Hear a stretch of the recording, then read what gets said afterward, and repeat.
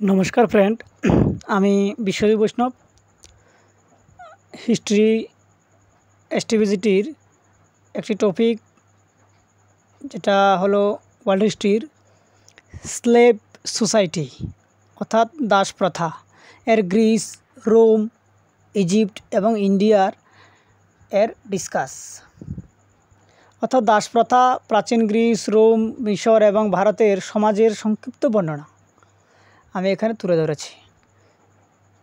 এই বর্ণনাটি বা আলোচনাটি হলো দাস প্রথা প্রাচীন সভ্যতাগুলোতে একটি সাধারণ এবং জটিল সামাজিক প্রতিষ্ঠান ছিল যা অর্থনীতি সমাজ এবং রাজনীতির সাথে গভীরভাবে জড়িত। প্রাচীন গ্রিস রোম মিশর এবং ভারতের সমাজে দাস প্রথা বিভিন্ন রূপে বিদ্যমান ছিল যা যুদ্ধ ঋণ জন্মগত অবস্থা বা অর্থনৈতিক চাহিদা থেকে উদ্ভূত হয়েছে। এই আলোচনায় আমরা এই চার সভ্যতার দাস প্রথার গুরুত্বপূর্ণ দিকগুলো বিস্তারিতভাবে দেখব যা সমাজের গঠন এবং মানবিকতার দিক থেকে গভীরভাবে প্রভাব ফেলেছে। প্রাচীন গ্রিসে দাস প্রথা। প্রাচীন গ্রিসে দাস প্রথা সমাজের অবিচ্ছেদ্য অংশ ছিল। বিশেষত এথেন্স এবং স্পার্টার মতো নগরাষ্ট্রগুলোতে গ্রিসের অর্থনীতি কৃষি খনি এবং কারিগরি কাজে দাসদের উপর নির্ভরশীল ছিল। আর এই দাসরা প্রধানত যুদ্ধবন্দী পরিত্যক্ত শিশু বা ঋণের কারণে দাসত্বে বিকৃত হতো। এথেন্সে দাসরা চ্যাটো স্লেভারি অর্থাৎ সম্পত্তির মতো ব্যবহার হতো, সম্পত্তির মতো এর অধীনে ছিল, যেখানে তারা মালিকের পরিবারের অংশ হিসেবে বিবেচিত হতো এবং কিছু স্বাধীনতা উপভোগ করত, যেমন বাজারে যাওয়া অর্থ উপার্জন। কিন্তু খনিতে কাজ করা দাসের জীবন ছিল কঠোর এবং বিপজ্জনক, যেখানে চেইন দিয়ে এ দাসদের বাধা থাকতো। স্পার্টার হেলট নামক দাসরা ছিল যারা রাষ্ট্রীয় সম্পত্তি হিসেবে কৃষিকাজ করত এবং স্পার্টার যোদ্ধাদের খাদ্য সরবরাহ করত। দাস প্রথা গ্রিক গণতন্ত্রকে সমর্থন করেছিল, কারণ দাসদের কাজের কারণে নাগরিকরা রাজনৈতিক কার্যকলাপে যুক্ত হতে পারত। তবে দাসরা নির্যাতনের শিকার হতো, যেমন শারীরিক শাস্তি এবং যৌন নির্যাতন। দাস প্রথা রেসভিত্তিক ছিল না, বরং যুদ্ধের ফলাফলের উপর নির্ভরশীল।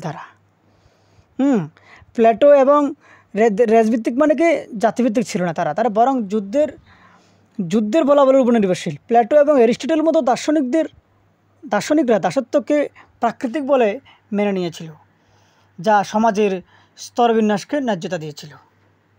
তারপর টপিক প্রাচীন রোমের দাস প্রথা। এই প্রাচীন রোমে দাস প্রথা আরও বিস্তৃত এবং সংগঠিত ছিল, যা রোমান অর্থনীতি ও সমাজের ভিত্তি গঠন করেছিল রোমানদের। আর রোমান সাম্রাজ্যের শীর্ষকালে অর্থাৎ একদম সেই সময়ে প্রায় 20% জনগণ বা জনসংখ্যা দাস ছিল। দাসরা যুদ্ধবন্দী ঋণগ্রস্ত নাগরিকদের সন্তান বা অপরাধী হিসাবে আসত এই রোম দেশে। রোম শহরে তারা গৃহকর্ম কৃষিক্ষেত্রে কাজ খনিতে শ্রম এবং গ্ল্যাডিয়েটর হিসেবে ব্যবহৃত হতো। রোমান আইন দাসদের সম্পত্তি হিসেবে বিবেচনা করত, যারা মালিকের ইচ্ছা অনুসারে বিক্রি নির্যাতন বা হত্যা করা যেত। এই রোমে দাসদের প্রতি প্রচণ্ড নির্যাতন হতো। তবে কিছু দাস, যেমন শিক্ষিত গ্রিক দাসরা শিক্ষক বা প্রশাসক হিসেবে সম্মানিত ছিল এবং মুক্তি পেত তারা। স্পার্টা দাসের নেতৃত্বে 73 খ্রিস্টপূর্বাব্দে দাস বিদ্রোহ হয়েছিল। সেই বিদ্রোহের কারণে রোমানদের ভয় দেখিয়েছিল, যা দাস প্রথার নিষ্ঠুরতা প্রমাণ করে। রোমানরা দাসদের সাথে মানবিক আচরণের নিয়ম প্রণয়ন করেছিল, যেমন অত্যধিক নির্যাতন নিষিদ্ধ, কিন্তু বাস্তবে এগুলি প্রায়শই লঙ্ঘিত হতো। দাস প্রথা রোমান সাম্রাজ্যবাদকে সমর্থন করেছিল, কারণ বিজিত এলাকা থেকে দাস সরবরাহ হতো এই রোমান সাম্রাজ্যে। তারপর প্রাচীন গ্রিসে দাস প্রথা কেমন ছিল? প্রাচীন মিশরের দাস প্রথা কেমন ছিল? প্রাচীন মিশরের দাস প্রথা অন্যান্য সভ্যতার তুলনায় কম নির্ভরশীল ছিল, কারণ অর্থনীতি প্রধানত স্বাধীন কৃষক এবং শ্রমিকের উপর ভিত্তি করেছিল। তবে 3 ধরনের দাস প্রথা ছিল সেখানেও। চ্যাটেল স্লেভারি অর্থাৎ সম্পত্তি হিসাবে, ব্যান্ডেড লেবার অর্থাৎ ঋণের কারণে, এবং ফোর্সড লেবার অর্থাৎ রাষ্ট্রীয় প্রকল্পে। দাসরা যুদ্ধবন্দী বিদেশি বা ঋণগ্রস্ত মিশরীয় হতো। তারা গৃহকর্ম, কৃষি নির্মাণ কাজে, যেমন পিরামিড তৈরি করা, যদিও প্রধান শ্রমিকরা স্বাধীন ছিল, মন্দিরের কাজ করতো তারা এই দাসরা। মিশরীয় দাসদের চিকিৎসা তুলনামূলকভাবে ভালো ছিল। তারা খাবার, আশ্রয় এবং কখনও বিয়ে করারও অধিকারও পেত তারা। ফারাওয়ের আইন দাসদের সুরক্ষা প্রদান করত এবং রাজনৈতিক স্বার্থে জড়িত ছিল, যেমন যুদ্ধে জয়ী হলে দাস সংগ্রহ।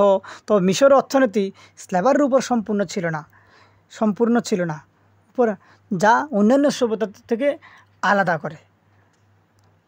প্রাচীন ভারতের দাসপ্রথা, আমাদের ভারতবর্ষে দাসপ্রথা কেমন ছিল? প্রাচীন ভারতের দাসপ্রথা বিদ্যমান ছিল, কিন্তু অন্যান্য সভ্যতার তুলনায় মৃদু এবং কম প্রসারিত। বৈদিক যুগ থেকেই এই দাস প্রথা অর্থাৎ দাসী উল্লেখ পাওয়া যায়। এই প্রাচীন গ্রিস, রোম, এবং মিশর সভ্যতার যে দাস প্রথা ছিল, সেখানে কি রোম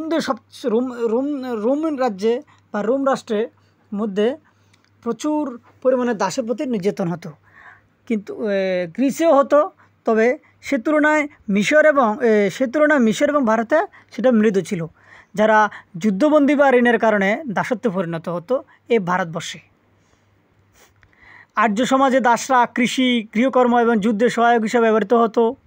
তবে মধ্যযুগে মেগাস্থেনিসের মতে ভারতে দাস প্রথা ছিল না।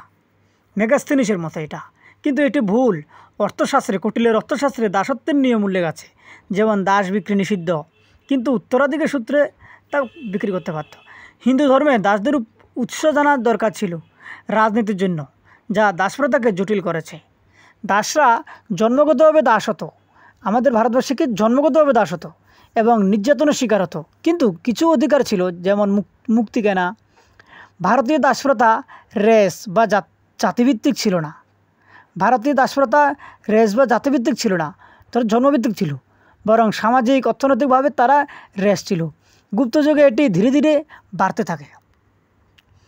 তারপর এই দাসপ্রথার সমাজের উপরে যে দাসপ্রথা, এই দাসপ্রথার মূল্যায়ন বা উপসংহার দেখুন।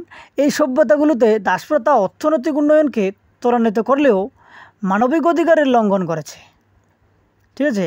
যেমন গ্রিস, রোম, ভারত এবং মিশরে যে দাসপ্রথা ছিল, সেই দাসপ্রথায় অর্থনৈতিক উন্নয়নকে ত্বরান্বিত করলেও মানবিক অধিকারের লঙ্ঘন করেছে। গ্রিস এবং রোমে এটি আরও নির্ভরশীল এবং নিষ্ঠুর ছিল, যখন মিশর এবং ভারত ছিল মৃদু। এই দাসপ্রথা আধুনিক সমাজে দাসত্ব বিরোধী চিন্তাধারার ভিত্তি গঠন করেছে।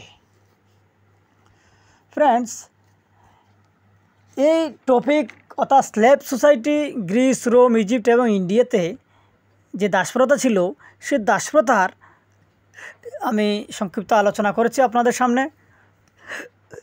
এগুলি ওয়ার্ল্ড হিস্ট্রি মধ্যে বিদ্যমান, হয়তো এখানে একটা পার্ট ভারতের দাসপ্রথা আছে, তো আপনারা দেখবেন ভালো করে।